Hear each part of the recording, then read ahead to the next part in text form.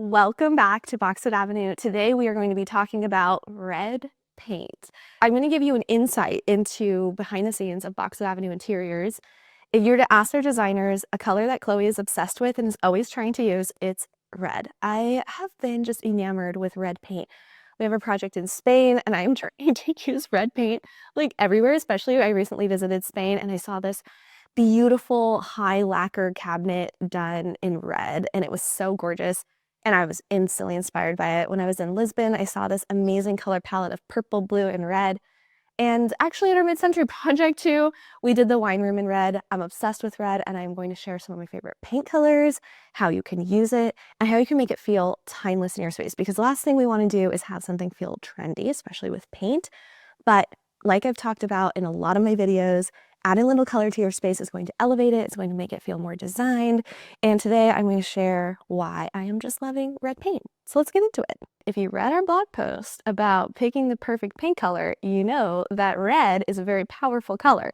It can evoke passion, it can evoke power, it can evoke a sense of coziness. So red is a very versatile color because there's lots of different shades of red. You think of like a very kind of sultry brick red or a really bright high lacquer red.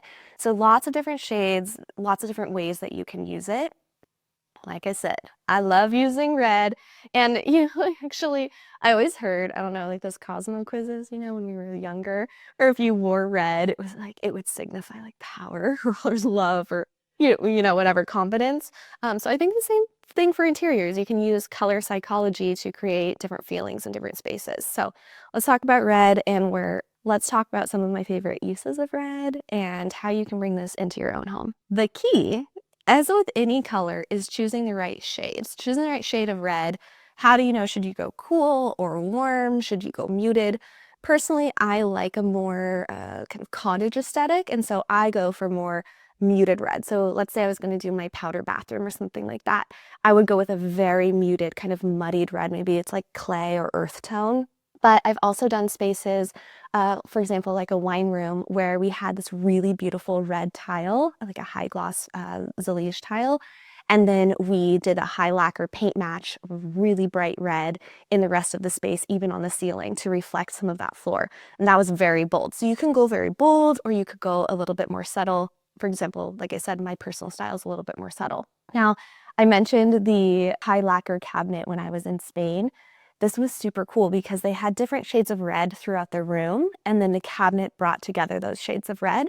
So I've talked a lot about this where you can, in a space, do something that's a little bit monochromatic, and that is a wonderful way to very easily achieve high-end design. So maybe you're not as confident in color mixing.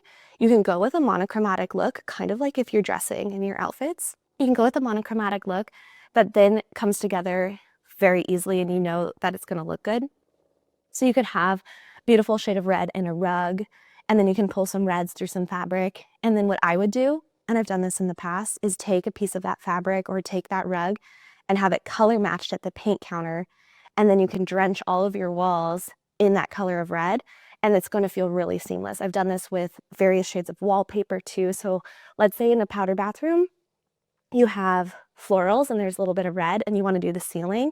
You can take a piece of that wallpaper to the paint counter, pull that red color, and then there you have it. You could do the ceiling and the trim, bring in a little bit of that red. So it's a great way to use pops of red if you're not super confident about doing it throughout the space. But even in something like a bedroom, you could go with a very, very muted shade of red, and that's going to make it feel cozy. So it really depends on the shade. Warmer shades are going to feel a little bit more timeless, a little bit more English. Cooler is a little bit more contemporary. If I was going with a cooler shade, I'd probably bop up the lacquer, go a high lacquer, make it feel really modern. Muted, like I said, is a little more cottage, a little more traditional.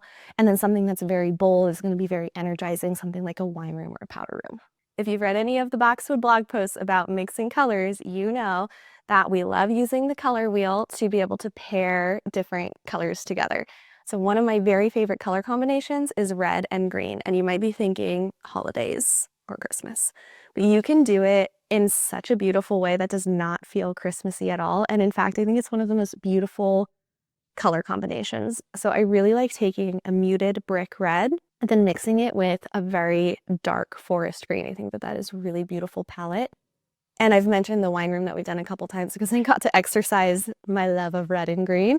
We did green on the walls and the tile, and then we did the red, like I mentioned, on the floor and the ceiling. And so that's a really great way to mix red. I also think that red and blue look beautiful together when I'm mixing that color kind of palette. I like going with a shade of red that skews slightly more pink because pink and blue is one of my very favorite color combinations. And so when I'm mixing blue and red together, I'm always thinking about that. I'd actually probably bring in a little bit of pink too and a little bit of yellow or orange with the blue and the red. I think that that creates a really pretty color palette. And then actually we get to do, I posted this on Instagram. I was in Portugal, Lisbon, and I'm walking by and I see this incredible color palette that, I mean, it's probably been there for over 100 years of purple, red, and blue. And I think it was purple tile with a red door and then blue paint or purple and blue. Anyways, it was amazing. And I was just awestruck by this color palette. And I love getting inspired for our design projects when I'm traveling. So I took a picture and I posted it on Instagram and I said, can someone please let me do their house in this color palette? And one of our clients responded and said, yeah, like, let's do it. So we're doing her kitchen and I'm so excited and so grateful for our clients placing that trust in us.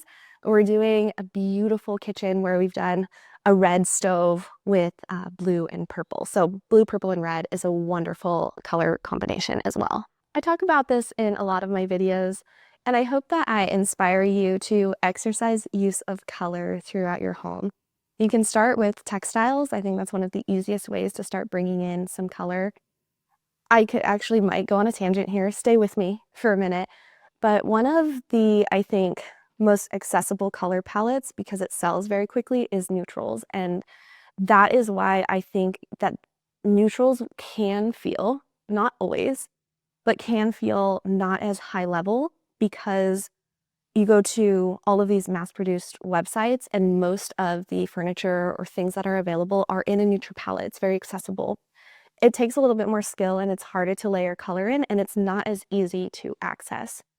So you don't have to spend a lot of money to get a high-level aesthetic.